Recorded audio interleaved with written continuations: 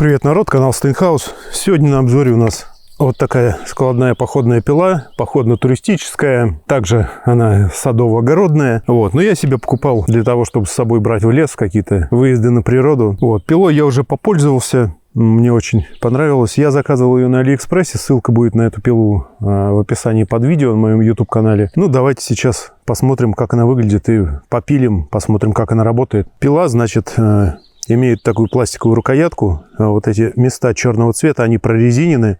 В принципе, в руке лежит очень хорошо. Вытаскивается она с помощью нажатия на кнопку, ну или можно так вытащить, я дальше покажу. Раскладывается она вот таким образом. Вот такая вот форма у пилы, в принципе, очень удобно. Ручка длинная, можно держать двумя руками, можно держать одной рукой, как вот здесь, так и здесь. В общем, удобно. Вот. Лезвие сделано из стали СК5. Ну, это японская сталь, вроде как. Японская сталь китайского производства, наверное. Так будет правильнее сказать. Зуб здесь тоже в японском стиле сделан такой. Я не знаю, его, наверное, не заточишь. Я, конечно, не интересовался, заточатся ли такие зубы как-то. Вот. Но они не тупятся, они закаленные здесь. Вот. Видно такая закалка. Не полностью целый зуб закален, а вот краешки. Вот. Поэтому тупиться они будут очень медленно. Также вот эти полотна продаются на Алиэкспрессе отдельно. Значит, есть 3 вида полотен. 7, 9 и 12 зубьев на дюйм. У меня это версия с 9 зубами. Ну, также я планирую купить еще одно полотно, попробовать сравнить, как оно будет по сравнению с этим. Значит, складывается пила. Значит, в открытом состоянии пила зафиксирована. Есть небольшой люфт вверх-вниз такой. Совсем небольшой. Это ни на что не влияет. Вот. Складывается пила нажатием на кнопочку. Раз, сложили. Открывается тоже нажатием на кнопочку, но я заметил, что ее можно и вручную открыть. Я не знаю, это баг или фича. В общем-то, вот так, если дергать легонько, она зафиксирована. Но если посильнее потянуть, то пила вылетает. Я не знаю, мне кажется, все-таки эта фиксация не всегда надежно как бы срабатывает. Вот сейчас тащу, она не вылетает. Видно, разработалась. Может быть, потому что она новая, еще там не притерлась, пазы туда-сюда. Вот. Вот сейчас держится хорошо. Вот у меня что-то пару раз она легко вытащилась. Ну, видно, в пазы там не зашло. Вот. Давайте, значит, попробуем сейчас пойти найти какое-нибудь деревце и попилить его.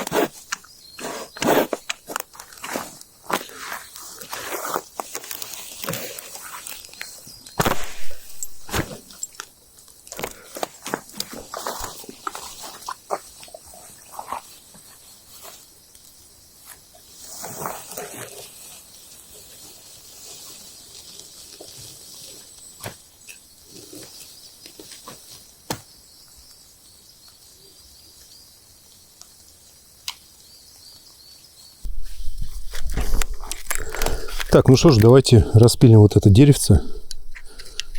Это сосна.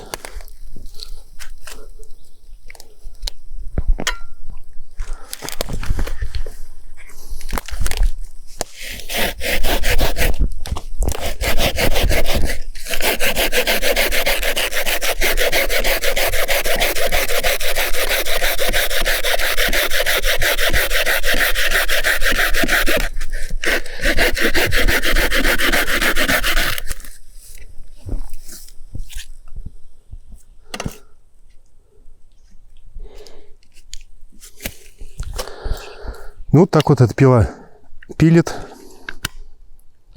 Вот, в принципе, пилит очень хорошо. Мне нравится быстро, агрессивно такой пил. Ощущается, что... Ну и легко, причем руки не устают. Ну, то есть этой пилой можно пилить как руками, движение делать одними руками, так и всем телом. Руки просто держать вытянутыми. И всем телом туда-сюда вот так вот пружинить. Таким образом устаешь меньше. Можно пилить, потому что здесь рез происходит, когда пилу тянешь на себя. То есть вот так, когда от себя, ну там что-то вылетает, но меньше.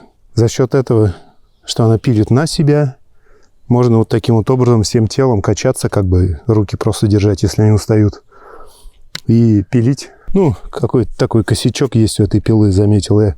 Когда пилишь, на нее давишь, вот эта вот кнопка, она вот так вот отщелкивается вверх. Ну, пила упирается сильнее вверх от давления, и кнопка вот тут выскакивает. Ну, я не знаю, это, в принципе, ни на что не влияет. Я думаю, просто так не было задумано. Просто чтобы при давлении на пилу, чтобы она уперлась уже, чтобы некуда было дальше ей подниматься, кнопка вот так вот выходит оттуда. Ну, так она, получается, уперлась уже все здесь, потолок. Здесь вот металлический ограничитель такой. Ну, кнопка вот так вверх вылетает. Вот так она должна, по идее, быть зафиксирована в своем положении. Но если давить, когда пилишь, вот так происходит. Но это ни на что не влияет, я говорю. Самое главное, что пила удобная.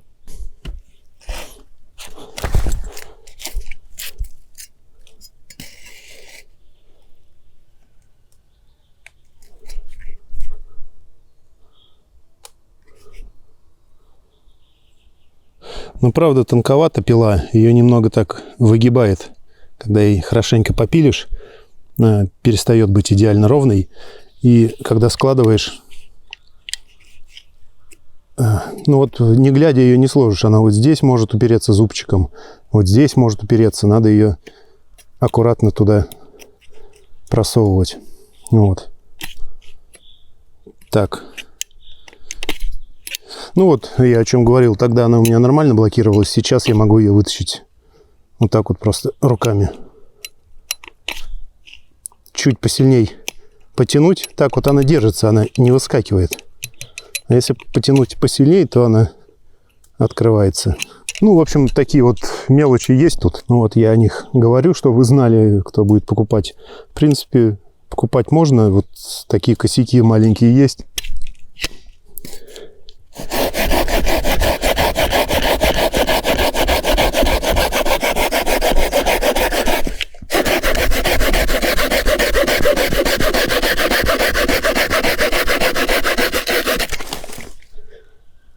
Вот. Ну а если ее покупать для сада-огорода, где там вот такие небольшие веточки попилить нужно у яблонь раз в год, она вообще идеально подойдет. Ну а если в лесу есть необходимость много пилить, много напиливать таких довольно толстых каких-то бревен для дров, то не знаю, как она себя покажет, как тут будет вот это, не разболтается ли вот эта вся фиксация лезвия. Ну и самое главное, если много работать, ну, надо следить, когда пилишь. Вот, когда пилишь, когда тянешь на себя, то лезвие никак не может погнуться. А когда быстро пилишь, на себя тянешь, потом обратно, и бревно может зажать лезвие, и ну, оно может согнуться, ну, немножко искривиться. Поэтому главное, чтобы бревно не зажимало пилу. Вот как-то что-то нужно подкладывать на весу, вот так пилить, чтобы излом происходил вниз. А не... То есть, ну, чтобы не вот так вот бревно вот тут распилили, оно вот так вот падает и зажимает пилу, допустим, а чтобы оно падало вот так вот, распадалось.